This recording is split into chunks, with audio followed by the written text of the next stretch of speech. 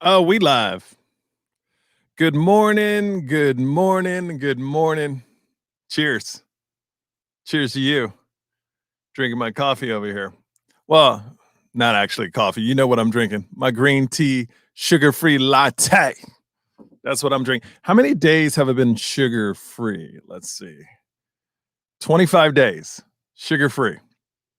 25 days have been sugar-free. And I'm feeling great. I got 6 more days, I believe. There's 31 days in the month of January. Am I correct in saying that? Hold on.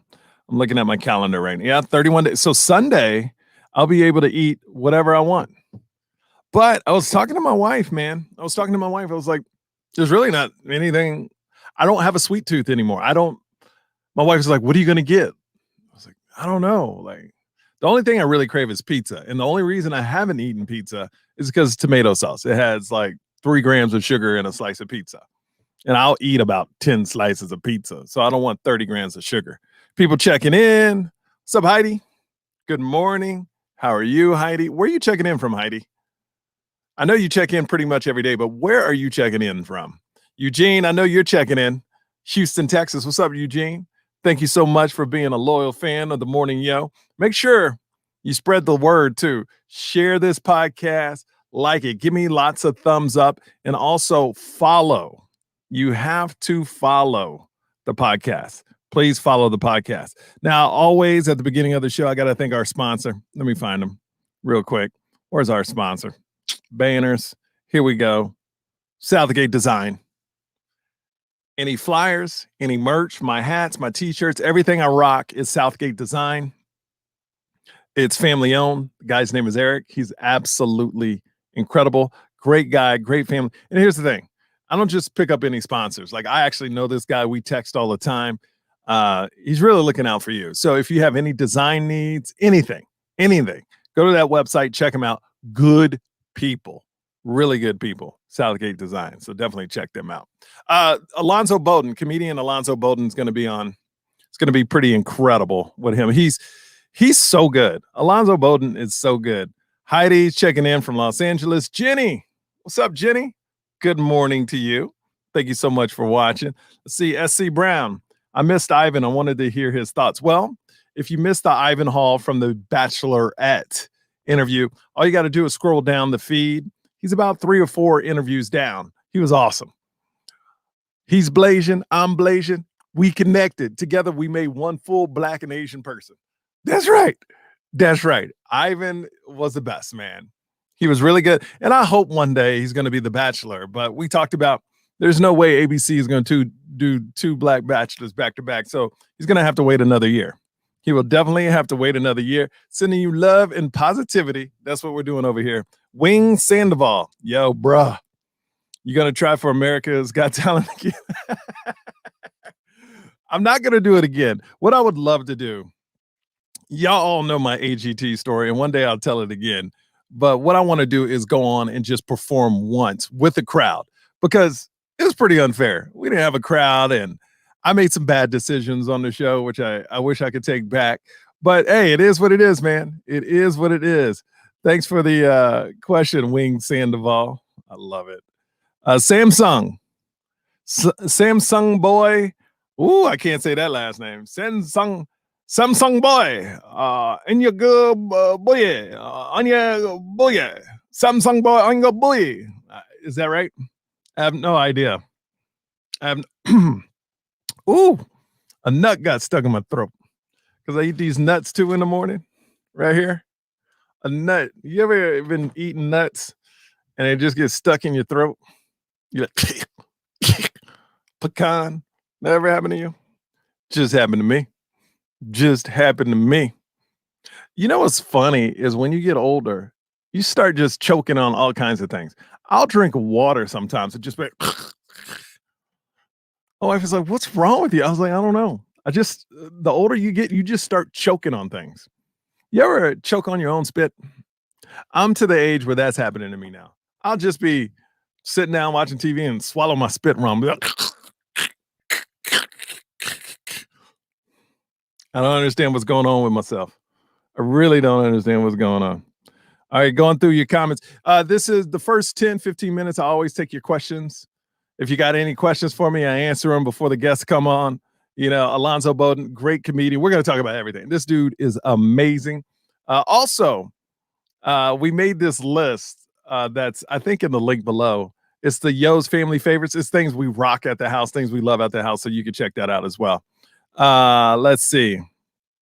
So this is the Q&A. I want to talk to you guys. You guys check in every day. Send me a question. Send me a question. What do you think about losing Larry King? I was talking to my wife about this, and I know you've heard me talk about this on the podcast, Rose. Once you hit 40, it's a very weird thing because when you're 15 to, like, let's say 25, you never really know anybody that dies. It's not like a relevant thing. It may happen on occasion, but it's not like a thing that you're dealing with every single day. But once you hit 40, a lot of your friends start dying. A lot of, especially your friends' parents start dying. And then it creeps in. Like, I remember when I was young, you never thought about dying. You're like, whoa, we gonna live forever. Now I'm in my mid 40s. I'm like, yo, I got about 30 more years, 40 more years if I'm lucky. You start thinking about that, and then you start thinking about legacy, and then you start thinking about all the things you need to accomplish in this world. It's very daunting, but I look at it as a positive. When people go, Michael, yo, you old, because I hang around younger people like comics and stuff. And they go, you old. I go, hey, I'm living now.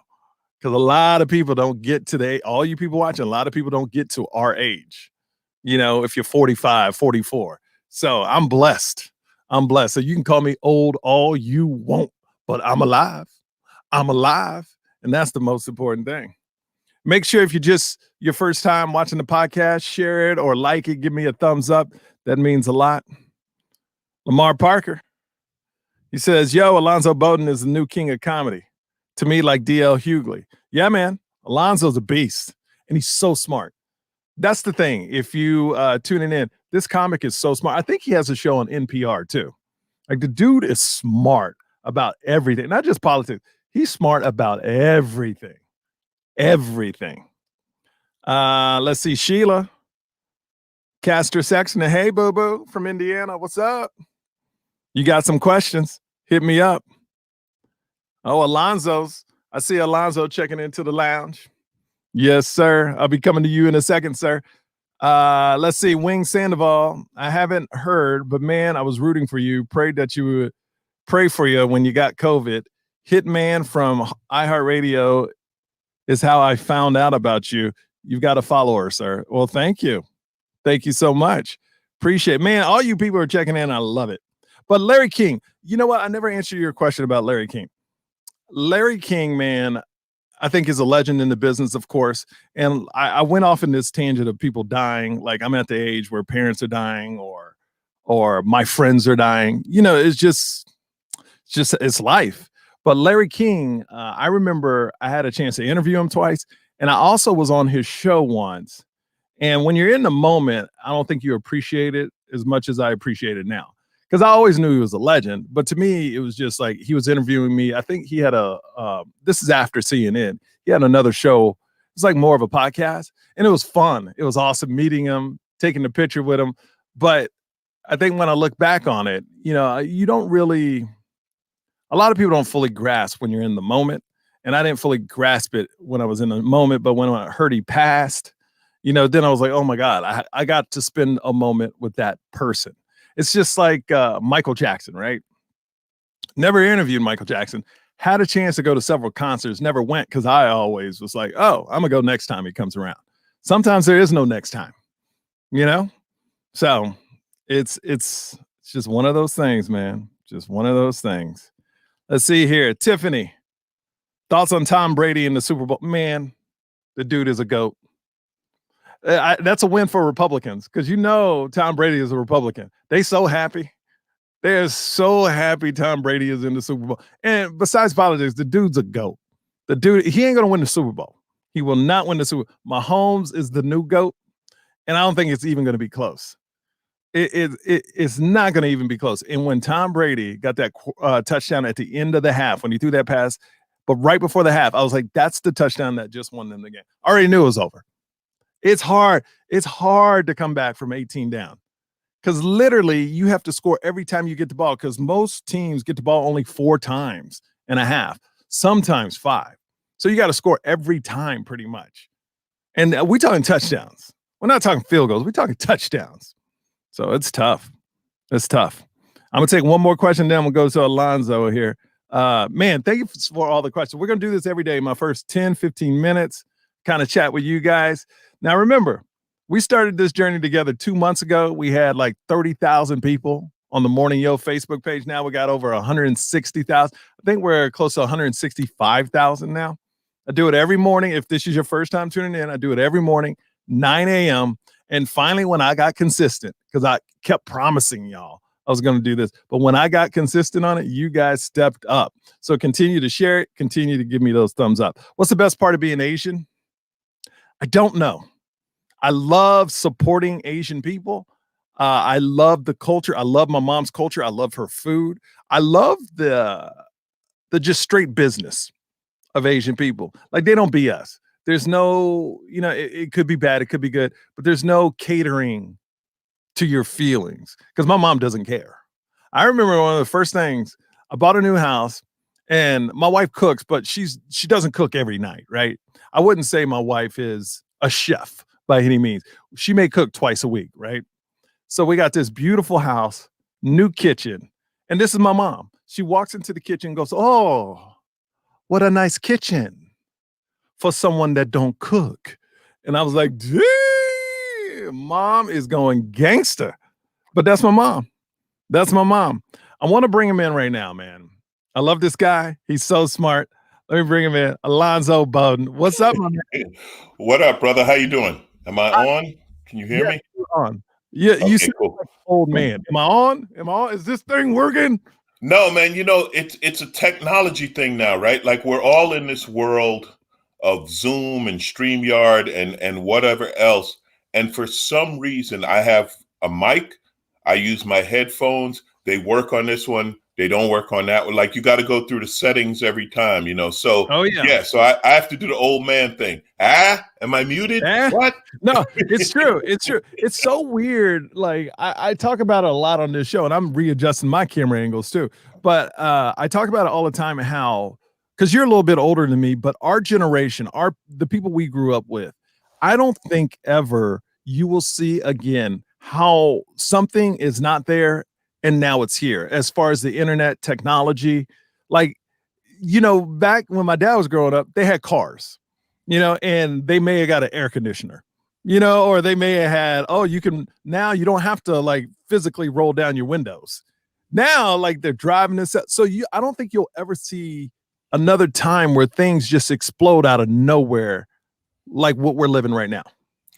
The only only disagreement I would have with that is it's amazing how smart people are and they come up with something like you don't know about something until someone invents it. You know Oh what I'm yeah. saying? Like Uh-huh.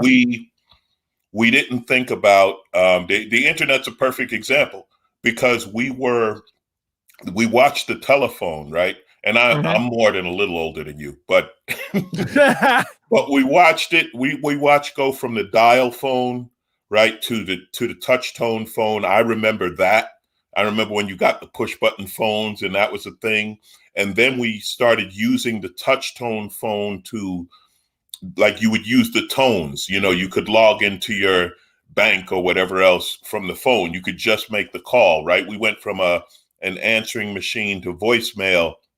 And then when we got hit with the internet, nobody ever thought of that. You know what I mean? Like Yeah. until it rolled out, we didn't really think about the internet. And so there may be another thing. Also, my first career was in aerospace, right? When, that was the first job I had as an adult. And I happened to work on the stealth fighter at Lockheed, which at the time was a top secret military plane. And it was designed to avoid radar and all this other stuff. And I would literally think like, I'm amazed at how smart people are. So I will never say that there's not something else to invent because somebody somewhere in a lab is working on the next, the next big thing that we don't know about. Just once, I wish I had knew about an idea before the stock market. Oh man. Why didn't anyone tell me about Amazon 15 years ago? Or Apple. I mean, come on. Come on. We wouldn't be doing this podcast, Alonzo. We would not. We'd be sitting on some island off of New Zealand saying, man, that pandemic looks rough on them poor people. What are they? Now, but you got to be honest. No matter how much money we win or get, we'll always do stand-up, man. We always, I just love it. Can't not do comedy. I don't know how people don't do that. Once you get it, well, that's the thing. When you're a real comic, I think you have it in you and you can't not do it. There are some people who are actors who did stand up and then became actors or whatever. But yeah, the creativity now for us, right, is finding a place to perform. It is. That's the creative part. And man, I've had a run of bad luck. Like my last 2 outdoor shows, one got canceled in Orange County because it was on fire and there was too much smoke. And then this past weekend, it got rained out. So yeah. It's like it's interesting to me. It's interesting to me. And we got some comments. If you want to ask Alonzo Bodden, like, this is your podcast, people. I mean, you guys are blowing this thing up. So this is your podcast. If you want to throw in a comment, you can. Just leave it in the comments below. Here's some nice words from Lamar Parker. Alonzo, what's up? You're the new king of comedy to me, like Steve Harvey and the late Bernie Mac, George Lopez, etc. That's very nice words right there. Put me in great company. Yeah. And here's another one right here. Ramon, wow, Alonzo is huge. I've seen so much of his stand-up. You're getting a lot of love on the show. I appreciate a lot of love on the show. Appreciate it. I do want to ask you a question. Since you mentioned you worked on stealth fighters and things like that. Look, I'm on Joe Rogan a lot. I'm on his podcast and he loves the whole alien talk. Do you believe? Now, I'm not saying there's no other life forms in other galaxies that we don't know about. The big thing is aliens coming here and abducting people. Do you think that aliens are coming here, abducting people, and then bringing them back? No. The only thing I've heard about the aliens that I possibly believe is that they do have some kind of federation, and they looked at Earth and they said, nah, you guys ain't ready yet. We are, because in some ways, right, our society is still so primitive and tribal and ignorant, and it's so, I could possibly believe that, but the abductions, it just seems somebody would have seen it. We would have been aware of it. And the government is not that good at keeping a secret. I mean, just look at the Trump any presidency, how many leaks come out. And right. You're telling me that if some number of people know about an alien, they wouldn't release that info somehow. I mean, that's why I think it's absolute. Now with technology, maybe 30 years ago when you didn't have cell phones and cameras and all this video equipment that can capture video, I would believe it. But nowadays, it's like, come on, seriously? There's no way there's anything like that. And also, politicians can't keep their mouths shut, right? Meaning that if it somehow gave them an advantage, they would say something about it. When we were doing the stealth, that's where the leak came from. The leak actually came from a congressman who wanted to brag about what his district was creating or something like that. You know what I mean? So he was like, oh, well, we do, this military operation, blah, blah, blah. And they're like, what? Are you crazy? But yeah, it's the conspiracy theories. And I love Joe too. I love Joe. Joe gives credibility just by his name. Right now, at this point, if he mentions something, then there's a credibility to it. And God bless him for that, because he's built that. We've known Joe forever. You know? But yeah, the conspiracy theories, well, it was just like COVID, right? When COVID stuff, the Democrats, really? You think the Democratic Party is that organized to put together a worldwide pandemic? I know, it was so ridiculous. It's like they couldn't pick a candidate. There were 37 Democrats running for president. and you think in the back room they're coming up with a secret disease worldwide. Yeah, people can't keep their mouths shut, not with something that big. So I no, I agree. don't. I don't buy the aliens or abducting people. And like Kathleen Madigan, who we know and love, had a Yep. whole bit about it. Right? It's always somebody out in the country, this or that. Like they never abduct someone, from Manhattan, right? They never abduct someone from Miami. It's always somewhere in the middle of Kansas that it's like, come on. I was talking to Rogan about that. He goes, well, they don't want to scare people because they know how primitive our species is. I was like, look, if they're that far ahead of us in technology and everything, and they're coming from another world to here, they do not care about our feelings. You know what I mean? But he's saying they're so advanced, they do. So that's what's his. But you're right. Like they should be able to show up anywhere they want and abduct people. Like they could just come in this room and take me right now. Like nobody could do anything to them. You know what I mean? Right.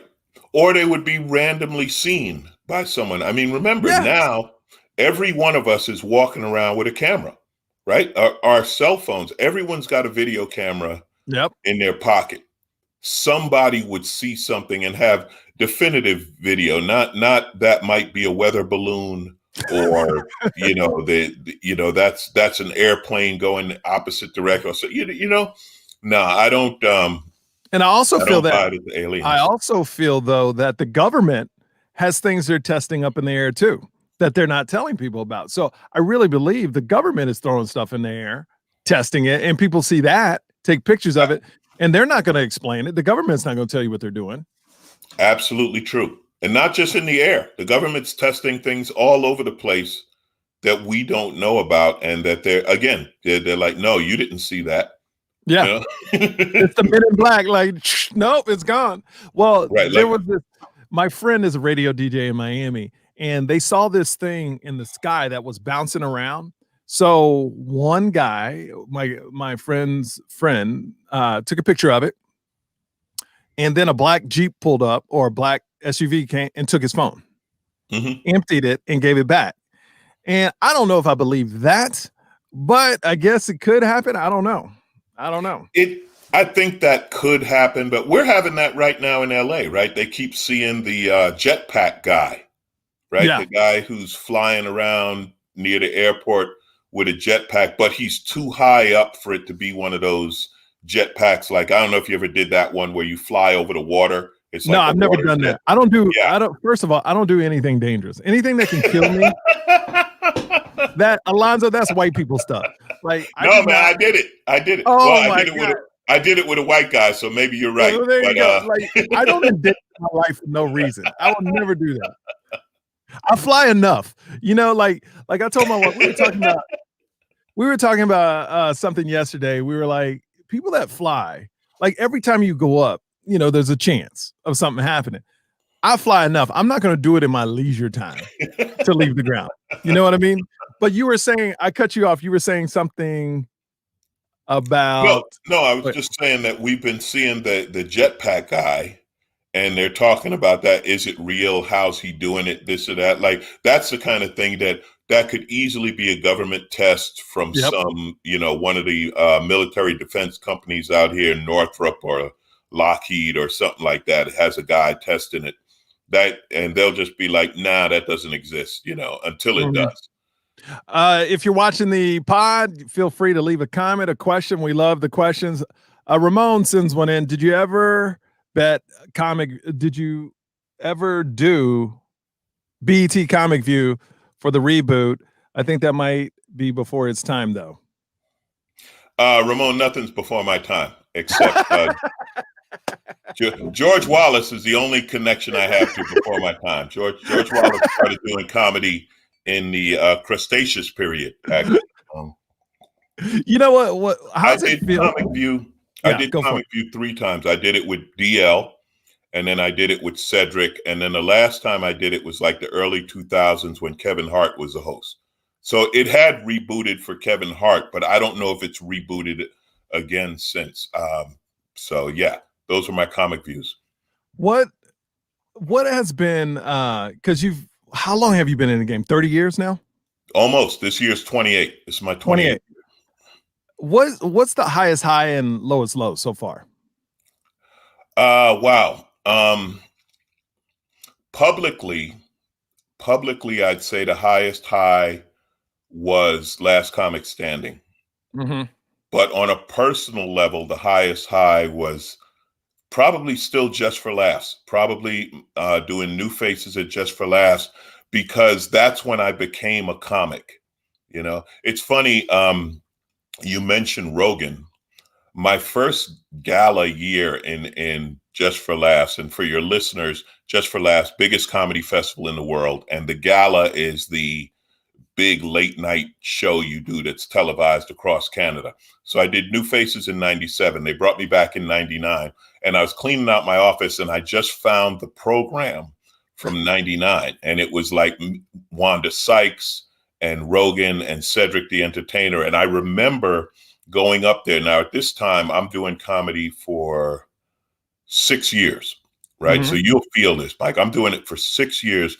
I get to Montreal. I'm hanging out at the hotel, and Rogan, who had already been on, he was on his second show. He was on that radio. Fear Factor. Oh, the radio show, and then Fear Factor was after. He was on the radio show, and Kevin James had just started doing his show. And Rogan's like, come on. And he grabs me, and I jump in a cab with him and Kevin James, and I'm riding around Montreal, just doing spots, just jumping up on shows. And you know how mind-blowing that is for I'm like a rookie. I'm like, and I knew Joe. I knew him from the Laugh Factory, but just that level of acceptance in the comedy world. Like, I have so many stories from Montreal like that. So Just for Laughs is the highest high. It's comedy summer camp. Man, the lowest low, it's hard to think back and think what. I guess I was disappointed by sometimes you hear no, but then you get back on the horse and a year later that no didn't matter, you know. So I'll give you the funniest low. Yeah. The funniest low. I went to New York. It's 1994. I'm doing comedy for a little over a year. And I was invited to do the Apollo Comedy Hour. I'm doing the Apollo. Now, this is 94. Def Jam is the biggest thing in the world. Yes. That's what comedy is. But the Apollo Comedy Hour is on TV, so I got to work clean. So I hit New York. I'm from New York, started my career in LA. I don't know the New York comedy scene. I run into some comics, couldn't have been cooler. They start taking me around New York to do spots, right? Guys like Talent and there were a few others. I'm blanking on names in the moment. Yeah. Anyway, they take me to this place called Manhattan Proper in Queens. Mike, it's 15 minutes from where I grew up. Okay, I am on my home turf. Linden Boulevard in Southeast Queens, the Tribe Called Quest, from there, everything. I'm on my home turf. I'm working a clean set for the Apollo during Def Jam.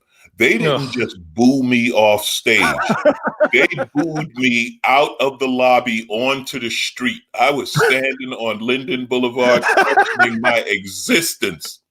It was, you know, when a Def Jam crowd don't like you. Oh yeah. That they don't like your parents, your background, if you had kids, they don't like kids. They don't like anybody. They don't like the idea of you having kids. Your unfunny ass gonna have kids. Now you're gonna have some unfunny ass kids. Get your ass. Oh man. I will never forget that. So, you know, that was hilarious. It's my brother's favorite story of my entire. So when you're on the street, what is going through your mind? Because after I don't care, any comic has had a terrible set. After that terrible set, you got to jump back on and get that taste out your mouth. But as you're standing on that street, what is going through your mind? Just that. You're questioning everything. You're right. You're like, am I funny? Am I, your life? You know, yeah. Because as you know, man, for us, comedy is life, right? So if you can't do that, this is like last year, man. I don't know how long a stretch you went. I went from March to July without getting on stage. And toward the end of June, I was sitting around home wondering, am I still funny? Can I still do it? Like I just had never gone that long without doing it. I mean, I did Zooms and you know, podcasts and radio interviews, and they were all they were asking us is, what's it like to not do comedy? And it's like, are you know. A piece of you is missing. literally a piece of you is missing. Not if Yeah. you really love comedy. Right. Right. I know musicians going through it, and it's oddly, it's harder on them because they can't do this because there's a momentary delay in the digital connection. So you can't Yeah, play but guitar and your friend play saxophone in a different place together. see, I did AGT last year with no audience. And what I learned about that whole experience is comedy. Even I was talking to Howie Mandel, Simon. Comedy is the hardest thing to do on that show with no audience because everyone else can practice. Oh, right. Oh, We absolutely. can't practice. And this is when everything was shut down. So literally, my second round, they said no to my first set, no to my second set. And then I wound it up with a third set that I didn't really know that well. But it's a thing where I made some mistakes during that whole. Here's the biggest mistake I made in AGT is when the producers ever say to you, "Are you sure you want to do that?" Don't do that. But you know what? You know what? We can't because that's almost like saying you have Yeah. to do that. Like comics, we have something in us that we have to do. And it may be, it might be self-destructive. Like there was an article in the Wall Street Journal about the New York Mets. Uh-huh. And how many comics are fans of the New York Mets? I mean, I am, but they were talking about like Jim Brewer and Yeah. Seinfeld and all, and they said, yeah, because comics like lost causes.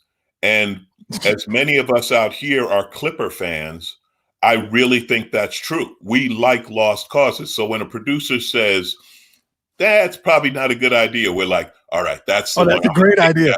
I'm going to make But that. but this is for everyone watching right now. I want to tell you, and this is not just TV, just as in life, and this is the biggest mistake I made in that show is I was supposed to do my second round, I was supposed to do Blasian, my Blasian bit. And the producer's like, this is a home run, it's gonna crush. Then they got notes back from NBC saying it's funny that if things really happen to you, but they sound stereotypical, they're labeled stereotypical, even though it really happened to you. Right. You know what I mean? Like, Hmm. like for instance, I have one joke where I go, and this happened to me in high school, and it really did. I went to a predominantly white school, and a white kid said, "Hey, man, since you're black and Asian, you're the only guy that could steal a car and wreck it on the way home." And that's not a joke. That really happened. But I got the note back that, oh no, that's a stereotype, right? Fine, whatever. So the producer's like, no, no, no, we're gonna push for you to keep this joke, and we're gonna push for you to keep the whole Blasian set. But me, a year ago during a pandemic, I was like, no, I need to stay on this show. I don't want to get NBC upset. And I'm thinking like, oh, if this goes back to NBC and they know I want to do this set, they're gonna totally crush my career. And here's what the thing is: the AGT producers was trying to fight harder for me than I was trying to fight for myself. And that's what's great about the show. I will never do that again. I will never. These people are like, no, no, we're gonna fight for you. And I'm like, no, I don't want to make anybody mad. No, no, no, no. And I learned from that moment on to never do that. If people are fighting for you, and these are the producers of the show, let them fight. Let them, because they know what's best for the show. Yeah, I first of all, the thing about stereotypes that people forget, it's a stereotype for a reason. Yeah. Like it really does happen to a lot of people in a given group, right? So that's one. The other thing is, and I love what you said, I have a little experience with NBC. As you Yeah. know, I'm the unknown winner of Last Comic Standing. They canceled the final episode. And Did they my thing, really? yeah, NBC doesn't care. In other words, NBC doesn't care about Michael Yo. There's not somebody sitting at NBC saying, "Oh yeah, well, I'm gonna take care of this guy." No, really, because people asked me, right? Like they canceled the final episode of Last Comic Standing, and I joked about it. I said, "Yeah, they realized the black guy won," and they were like, "This ain't UPN," you know. But the truth is, there's nobody at NBC that knew. They probably didn't even watch Last Comic Standing. They were just like, yeah, cancel that and put in another one because of the ratings or whatever, whatever reason they do. Like, that's how networks operate, man. It's not people. One of the best things I heard, and one of the lessons that I got, I was in Aspen at the old HBO Comedy Festival, and they had the guy there who had canceled Bill Hicks' final appearance on Letterman. And, Letterman was a big Bill Hicks fan. There was a lot of talk. And, Bill Hicks has achieved this legendary status or whatever now. So he said, listen, Bill Hicks had a joke about Jesus. We told him not to do the joke. He did the joke. We pulled the set from the show. He said, never forget, we are in the business of selling commercials. That's what we do. He said, we don't create art. We don't create free speech. We sell commercials. If you do something that's going to offend someone who buys commercials, we are not going to put you on. And I appreciate it because he was honest. That was the simple truth. So you were going to destroy the Black and Asian market. See, the Black and Asian car thieves are an important demographic at NBC. You were going to lose. They were like, we can't lose that Black Asian car thief market just because of this guy's joke. But I got it. I was like, I'm fine with it. It's just the biggest thing I learned is when people are fighting for you, don't back down. Let them fight. Because obviously they knew better than me. You know what I mean? So going through, we got a lot of comments here. Let's see. Okay, here's a question for both of us here. Wing Sandoval says, how and when did you realize you weren't just funny, but you were funny enough to get paid doing comedy? Alonzo, I'll let you start with that. I guess the first time I got paid to do it, but I always did it because I loved it. That's one of the questions you always get about comics. They ask about the money. And I think in any creative endeavor, but comedy definitely, like, you have to love it and then the money will come. If you go out saying, I'm going to be a comic and I'm going to be rich, you're going to be frustrated and you're going to be miserable. You have to love it and just get up and keep doing it because, like, Mike, and we've done it in the worst situations, whatever, and you work for free. I remember Thea Vidal told me, she said, look, college is 4 years. So the first 4 years, you're just learning, and any money you make is a bonus. Just look at it like that, So yeah, I'm still amazed at times that, like, I'm sitting in a house that I paid for telling jokes. That still blows my mind every now and then, So yeah, you can't do it for the money. Yeah. For me, I knew, like, I got kind of pushed into it. Well, not pushed in. I wanted to try it because I was on Chelsea lately, and Joe Coy really pushed me over the edge. So he kind of mentored me. I went up, and the first time I went up, I did close to like 20 minutes, but it was a friendly crowd. I was just having fun. And I got off stage. I remember getting off stage, calling my mom and said, this is what I was born to do. And Josh Wolf gave me the biggest compliment early on in my stand-up career. He goes, you're on two different TV shows, and I still see you at the clubs at 10 o'clock at night. Like, you don't have to do this. But when you love it, we talked about it earlier. Money does not matter. You think Joe Rogan and Dave Chappelle are doing shows because they need money? No, they're doing it because they love it. And people don't understand. A lot of people that are in situations they don't like, they don't understand that. It's like, if you really love something, you need to do that, because if you stay in something you don't love, you'll just be miserable. Rose says, is it hard to do comedy without being criticized for things being said? Alonzo? No, I don't. I think there's more talk about the cancel culture and all of that than there is cancel culture. I tell people, I want to get canceled. I want the press. I will make fun of any group I can. Okay, I just found out that Asian car thieves are a good target. I'm going after them. No, they got to be half black too, though. The black and Asian. Throw that in. I'm sorry, black and Asian car thieves. Yeah, I'll go after them. No, I don't think they're canceling us that much, because you hear about these people getting canceled, but they still go on with their career, right? Kathy Griffin was still selling out theaters and whatever other venues the whole time. The only person I know who got canceled and was gone, and justifiably so, is Michael Richards. But Michael Yes. Richards wasn't a comic. Michael Richards was an actor playing at comedy. I don't know what his idea was, but he showed that he wasn't a comic. So no, I don't worry about getting criticized. Sometimes it hurts. It hurts sometimes if it's somebody you can't respond to, you can't fight back. Yeah. But the as far as the social media and all that, I don't know about you. I look at the number of followers, right? And if you have 8 followers and you hate me, I can live with that. Yeah, exactly. Exactly. I hate to go back to Rogan, but when you're on one of his podcasts, people, some people come after you, a lot of love, but some people just hate your guts on the podcast. And he goes, look, if 5% of the people on this podcast hate you, you're gonna get thousands of people that hate you in comments. You know what I mean? So you gotta, it's a thing where it comes with it. It's like you're a reality star, you're gonna get dogged about things if you're on a reality show. It's just things that happen when you put yourself out there. But as a comic, you have to put yourself out there. And I'm learning more as I grow as a comedian to do that, because my first special, literally, I tell my friends, it's a great special, but it's a Taylor Swift song. It's fun, poppy. Nobody's going to get offended. And now, since I almost died last year, my next stand up is a lot darker. It's still not as dark as some people, but it's a lot darker. Now I'm starting to see the world through my kids' eyes, where it's not necessarily I talk about politics, but I talk about social issues more, because now I don't want my kids growing up in certain situations that I've seen growing up.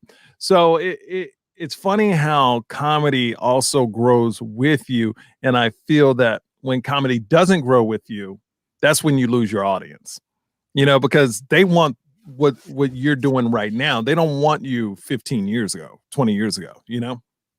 Yeah, I've never there, and there are some comics that do the same act for years and years and years, and it's honed to a fine art. Mm-hmm. But I don't know how they do it, because it's like, what, you don't have anything new to talk about? Yeah.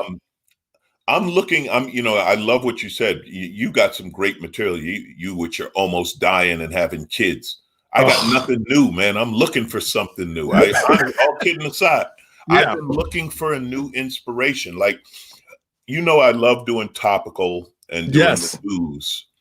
The unfortunate thing is we as a society are not moving forward, right? Mm-hmm. So it was like I was doing healthcare jokes, 8 years ago, and we still haven't figured that out, and race, we haven't moved forward enough to come up with a new topic and so on. So yeah, I'm looking for something new that inspires me to really like get into it and talk about it. People talk about Biden.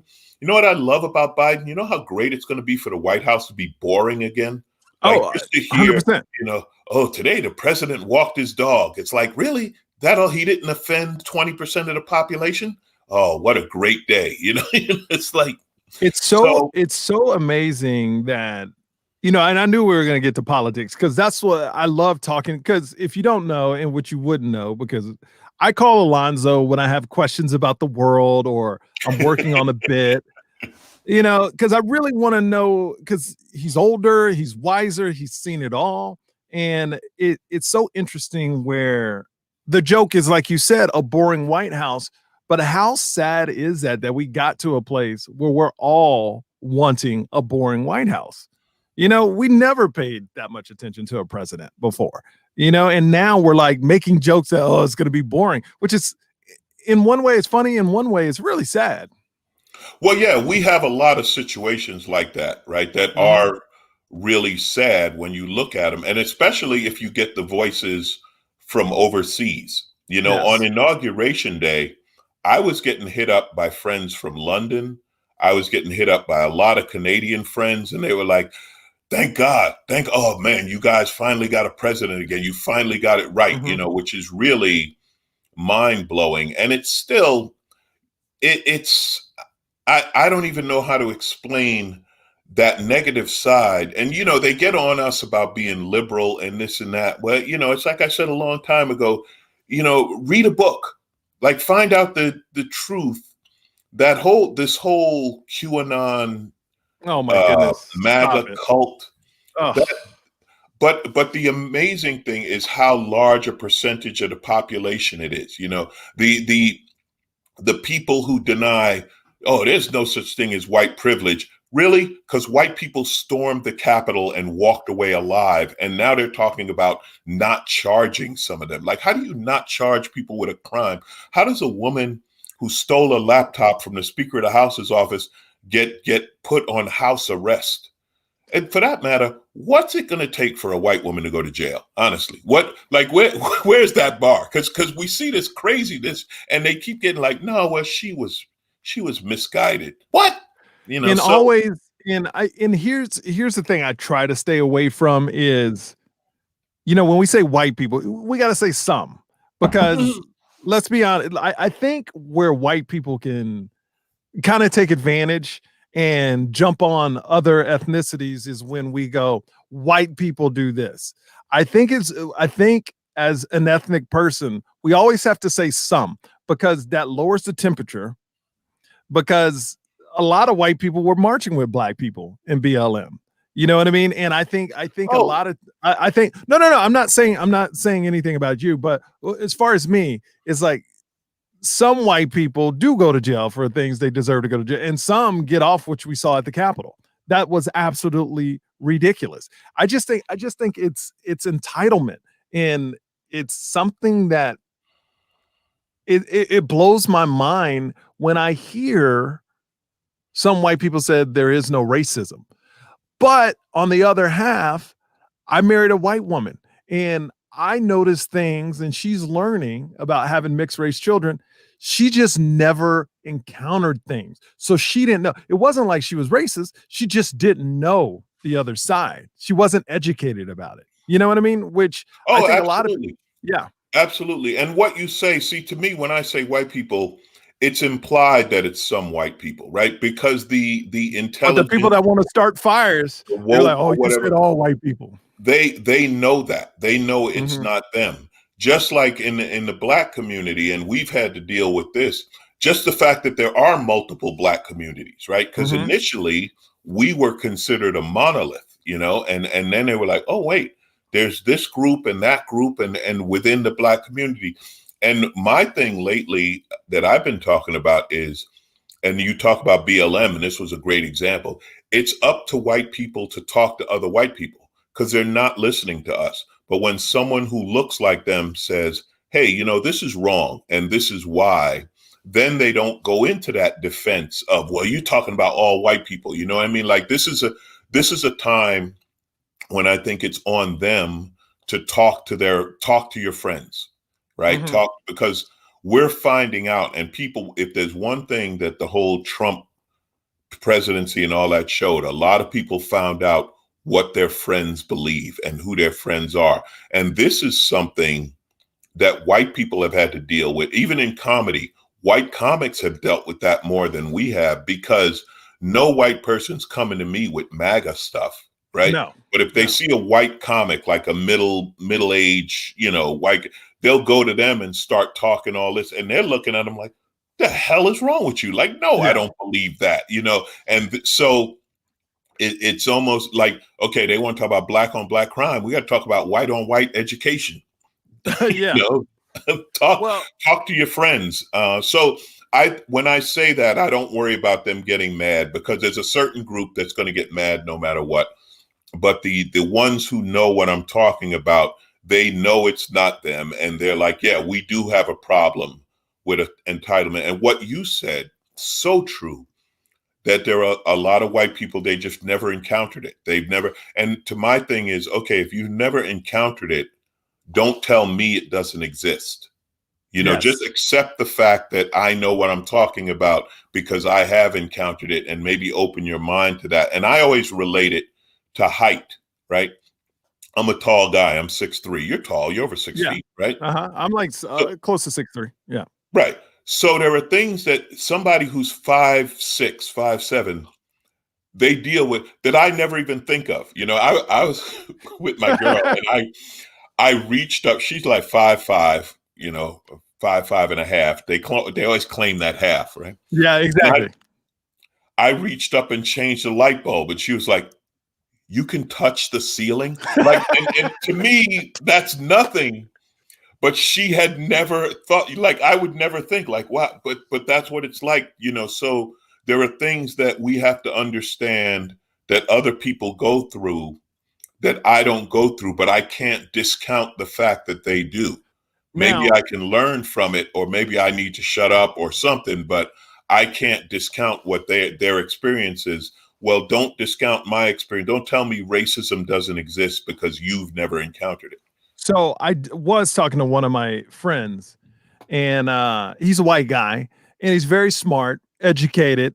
He gets how the Republicans play, he gets how the Democrats play. And he said the one thing he hates, and this is true, he actually made a good point. Every time I turn on the television, white people are doing something wrong. My people are doing something wrong. So I feel like I'm being blamed for everything.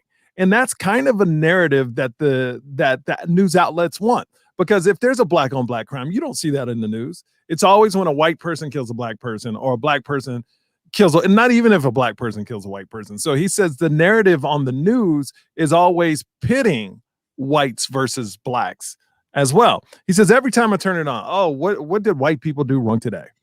And I get that. And I get that. But he might feel that for the last 5 years. But what did we grow up with? Well, definitely that I grew up with. When something happened on the news, what was the first thing said in the house? Lord, please don't let it be a black person. Yes. Right? Because there was always, and they always showed the black person as the big, scary, angry person, or the black woman was the sassy, blah, blah, blah. And we've dealt with those stereotypes forever. 100%.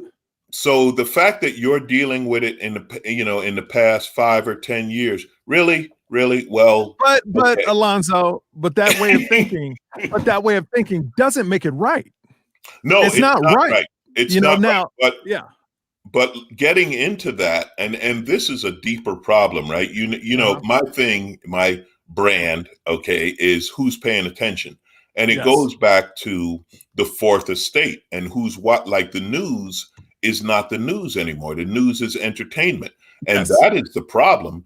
If the news was the news, if the news didn't come at it with a bias or a sexiness or whatever, looking for ratings, if they didn't try to make black this versus white that, white or gay versus straight or whatever, if the news would just give us the news, we wouldn't have these problems and we'd be a more educated populace. Unfortunately, the news does that.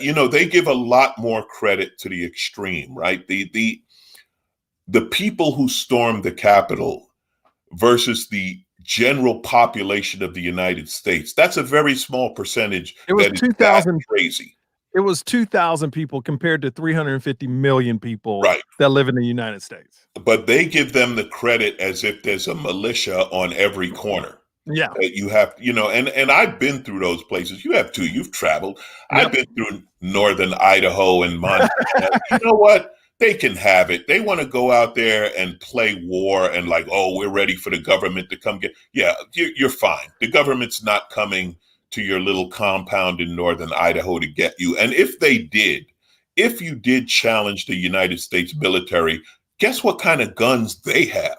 You know what I mean? So, they got drones that will come to your house, wake you up in the morning and blow you up. You know what I mean? Like, they don't play games.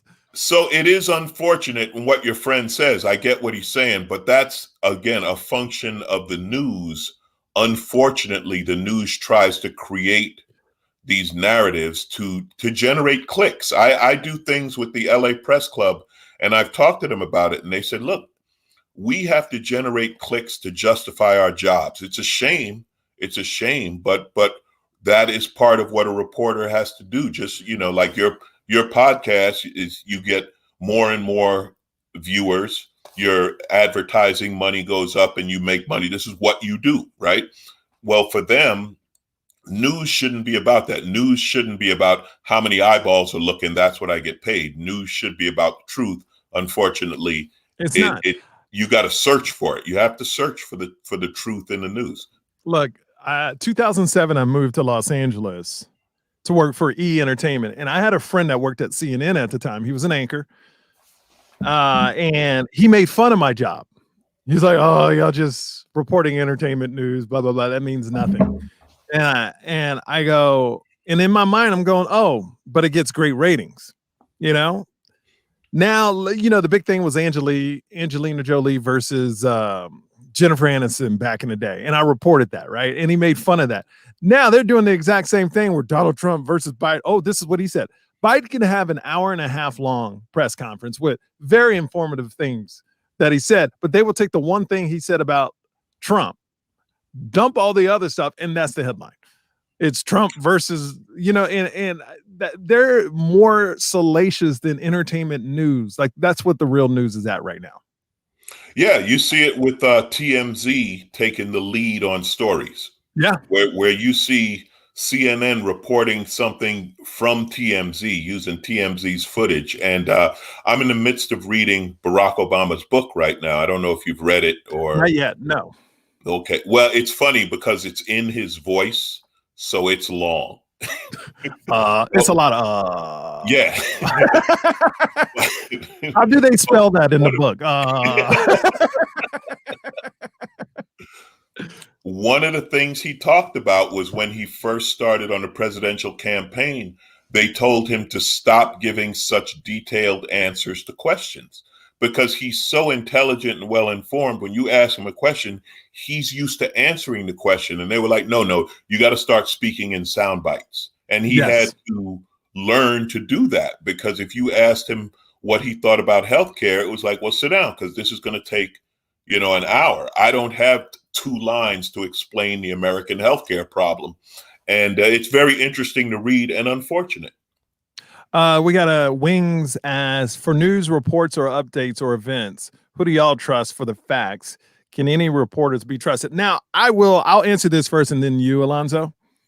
What I do is I don't really watch the news because after the election, I knew in my head this was going to be the narrative to Joe Biden got in the White House. One side was like Joe Biden's going to ruin everything. The other side is like Trump's going to overthrow it. I knew that wasn't going to happen. That's why we have a government. That was never going to happen, but that's the narratives they wanted to paint so people would watch. So then I just start reading the news and I read it from all over the place. I read left and right news because I want to know the real story. I don't have a specific journalist I read, but I will say this. Most people, and if you listen to this pod, you know what I'm about to say. Most people just read the headlines and will not read the article. For example, there was an article that came out and said, well, if you got COVID, you only might be protected for 5 months. Several people hit me up because I've had COVID. And I go, but did you read the full article? Because it said people at 5 months, some people at 5 months can get COVID again, but we don't have enough information. We need to do more tests, and that could take another year. So they got you with a headline, and you didn't even read the article because basically the article said that headline, we don't know. We have no idea if this is true or not. So that's the thing is not just, I tell everybody, if you're reading something, don't just skim the headlines, read the article, get the meat, because I could argue Democratic views. I could argue Republican views. I could probably argue some of these like just shallow right and left people better than I could defend Trump better than some Trump people because they have no idea what they're talking about. They're just spewing out what he says, so that's my thing. That's how I gather my news. Alonzo? Absolutely agree. Read the news. Don't watch the news, read the news. And you know who famously said this and who used it was Dick Cheney. Dick Cheney said, they print the story on the front page. They print the retraction on page 6. So knowing that he could lie and then they'll print that and then they'll come back and say, oh, no, that wasn't true. But that's never as big a story. I believe in reading the news rather than watching the news. I, too, read a number of stories. It's surprising. Fox written news is pretty good. It is. It is. As insane as Fox TV news is, their written news is actually pretty good. And I find myself reading a lot of their stories. And correct me if I'm wrong, more balanced. Yes, definitely. When it's written. Yeah. Definitely. And read The Guardian, read stories from outside the United States, looking at the United States, because that's another perspective. But if you don't have time, and a lot of people, I don't have time, blah, blah, blah. I will say this bothers me. There's a false equivalency, right? People go after CNN or MSNBC, but CNN and MSNBC aren't near as far to the left as Fox is to the right. And it's a false equivalency to compare them. CNN tries to do a good job. Now, of course, Cuomo has his biases, Don Yeah. Lemon has his, and so on, but it's not as bad, to the point where when Tucker Carlson's lawyer says in court, well, you're not expected to believe Tucker Carlson, it's like, Yep. yes, we are. We are expected to believe Tucker. We are expecting him to tell the truth. So, but if you can read, I was fortunate growing up. We had two newspapers come to the house. We had a morning and an afternoon. And I got in the habit from my parents, I got in the habit of reading the paper every day. So when you talk about me knowing all this stuff and this and that, it's because I grew up with it. It was like, how could you not read the paper? How could you walk through life not knowing what's going on? When it comes to politicians, I said this a long time ago. I said, well, they're all liars, but I picked the liar whose lies fit me. Yeah. Like, look, I don't trust anyone 100. I love Barack Obama. I don't think Barack Obama will get the credit that he deserves for being a great president for 50 more years before they realize what an amazing job he did. But I'm not going to sit here and tell you he did everything perfectly. Oh, no, he didn't. Always right. There were definitely things that I wish he had pushed harder on this or done. I mean, the Supreme Court thing, that to me, I don't know why he didn't fight to fill that seat. That is something that's going to affect. Yeah, but there's nothing he could do. There's nothing he could have done. No, see, the Senate. The Senate approves it, and they held off. What is he going to do? What would he do? Shut down the government. Use the same technique that they used against him. Go to that extreme. Say, no, nothing's being done in the government until you hold hearings for my nominee. Now, yeah, it's a big move. It's a bold move. And I can tell you, I understand a million reasons he didn't do it. But to me, it was that important. And again, this is something we could, go into the politics of it. The whole thing with Hillary Clinton, right? That was a campaign where maybe if you had mentioned the Supreme Court, maybe like, okay, yeah, we hate Hillary too, but we got to fill Supreme Court justices, the president feels like that might have helped, because a lot of people didn't realize it. And now we have this, but you got to understand, insanely conservative court. I don't really think, like, Democrats and Republicans' brains are in two different fields, because if you would have said that to a bunch of liberals, I don't think they react the same as a Republican Party. Like, Republicans want to feel that. To me, liberals, or like normal liberals, the younger people, the people that vote, they don't care as much as about the Supreme Court as much as the average Republican. And I'm not talking about people that are in it and know it. I'm just talking about average people. I feel like Republicans is all about, like, that whole no abortion thing. They go to the wall for that, where on the other side, it's more passive. Am I wrong in saying that? Well, yeah, and you're right in saying it, but the reason is, for one thing, Republicans are much better at sound bites. A friend of mine who's Canadian, she lived in the United States for some years, and she moved back to Canada, and she said, the Democrats really got to get better slogans, right? Which, it's true. It's a simple thing, and you're right about the abortion thing, but this is where you need to educate your voters. You need to explain to them why the Supreme Court affects them, right? If the young progressive liberal doesn't understand that, then you need to explain to them why, yeah, this matters. This old person on the court that you're not even thinking about, this is why that person is so important in your life and whatever. So it's something that people need to you need to educate your own party on it. And you do have to come up with that slogan that's very simple, because when they say they're coming to take your guns, right? Barack Obama was coming to take your guns for 8 years. Yeah. For 8 years. And I ask never everyone. Once came to the house. No. And I ask everyone, because right now I've been staying in Vegas with my wife and kids just to get out of LA after COVID. Like all the gun stores are out of bullets and things like that. It's so ridiculous, the song and dance every time. Like every time a Democratic president is like, they're going to take your gun. It's like, when's the last time in the last 40, 50 years somebody took your guns? Like, it's so ridiculous how people are that just ignorant. Nobody's taking your guns. Nobody's taking your bullets. All right. Nobody is doing that. And actually Bush did more against guns than Obama did. So, Right.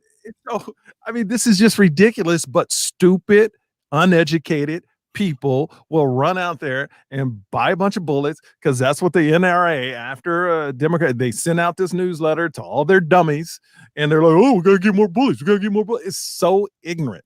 It is so, And I can't tell you how ignorant it is. it is financed by the gun companies that make a fortune off of that fear. The gun companies did not like Donald Trump. You know why? Because when Trump's first couple of years in office, guns were on sale. They were on sale because they couldn't sell them. When Obama was in office, they were never on sale. You paid full price or you paid a premium because, listen, it's Remington, it's Smith and Wesson who's behind the campaign to tell you that they're coming to get your guns. So you better buy a bunch of them now. You better buy, you're right, ammunition is at a premium. Like you better stock up. A friend of mine was telling me that he knows guys who have 20,000 rounds of ammunition in their house. Yeah. Like what, why? Who's coming to get you? You could keep, listen, I'm not anti-gun. I understand guns. I understand guns for fun. I understand the protection at your house.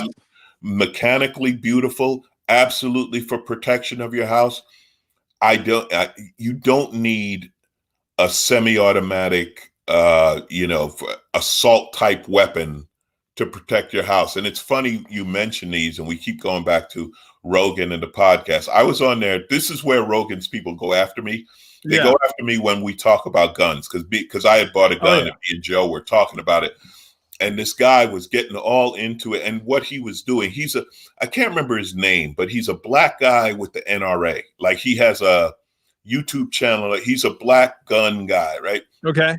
And he's trying to correct me and Joe. And a friend of mine who's a gun guy was showing me, I said, oh, wait, so he wants to correct two comedians who are making fun of the gun test.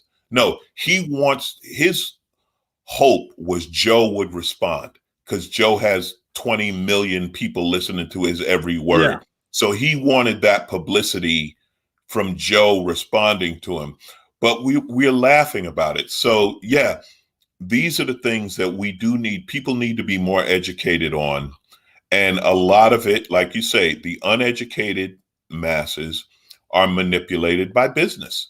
Because 100%. It's good for business to keep you scared. Fear is big business. Fear is great for business, so they keep you scared. And I believe that's what Trump was so good about on his side with his audience, was always scaring them that, oh, if we don't do something, they're going to take over.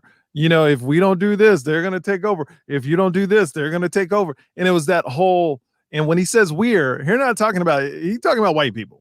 Let's be honest. He's like, oh, they're going to take us over. Because right now, everything's swinging the other way. Like there's more diversity going on in places. There's more ethnic people being born than white people. Like white people are going to become the minority. And it's something you just got to deal with. And there are a group of people that do not want that to happen. A group of people that do not want that to happen. You're doing that just by yourself, just with your family. There's like 5 ethnic groups that are growing. I don't even understand. We all mixed up. But all kidding aside, that was the whole thing that they sold. And I don't believe it was Trump. It was Trump to an extent, but there had to be smarter people behind him doing this. Oh, yeah. Right? He's not that smart. But the fear of other, that's what I call it. The fear of other. Who's other? Black is other. Latin is other. Chinese became other. Gay is other. Women at times are other. There's always other. Your other is out to get you. Yes. Other is trying to take away from you. Other can also be white people that defend liberal things. Now, those are even other. And see, that's what Those would be the intellectuals. When you talk about how yes. insane our country is, you know how insane it is for intellectual to be an insult. Bruh, bruh. Think about it. Look at you with your reading. Yeah. Well, what's interesting is I went through that with white people when I was growing up because I didn't speak all slang and ghetto, and they go, "Oh, look at you trying to be white." Now, when you look at it, it's like, no, you claim that you put this term white as being educated. I mean, no, I'm just being educated. I wasn't trying to be white when I was growing up. And it's funny how, like, me growing up, oh, you just trying to be white because I didn't talk like, yo, what's up, what's up? I didn't talk like that. And now it's a thing, that term of, oh, you just educated. It's a bad thing, which is crazy to me. Crazy. And it hurt me. Like we were talking earlier about my career. The not black enough label from black people hurt. Yeah. That hurt me because of the way I talk. And I will tell you, Cedric the Entertainer specifically said to me one time, because it was like I was in another black room. I'm not going to say bombing. I'm going to say it was tepid. It was, Yeah. and he said, man, he said, let me tell you something. They wish they could do. He said, you already working in Hollywood. You work on the lab. He said, they wish they were doing what he said. You do you. You keep doing what you do. Yeah. And that meant the world to me because that label. I hated that label. And now it's changed. And I've had young black comics say to me, man, it was good to hear you because you didn't sound like the rest of them. But Yeah. so it was like that really helped. And I love that. So yeah, you're right. That is an unfortunate separation. Amanda Gorman, the woman at the inaugural, a young black woman the poet. One of the things about her, and that poem was so powerful and so incredible that I have to almost laugh at, is that, there were people who hated her in that moment. You know what I mean? Like to me, she was the embodiment of the greatest we can do as a country. Her words, that is America. That's the dream, right? She was like James Baldwin level. Yes. Like, this is an amazing thing. But there were people watching who hated her in that moment. And you're like, how do you even talk to those people? What do you say to those people? And thank God they didn't get a voice, but you and I both know they existed. They were out there. Those are the same people that if you put a baby doing something on like YouTube, they'll give it a thumbs down. I'm gonna kill this light behind me. Give me 1 second. Oh yeah, no worries. Yeah, man, it's crazy. Yeah. Give a thumbs down on a baby. Like those people. Look at that baby. Right, looking at a baby, they would give it a thumbs down. Like, oh, I don't like that baby. But Alonzo, I gotta run. So I didn't even get to the stuff I wanted to talk to you about because I love talking to you. So can we do this again very soon, like next week?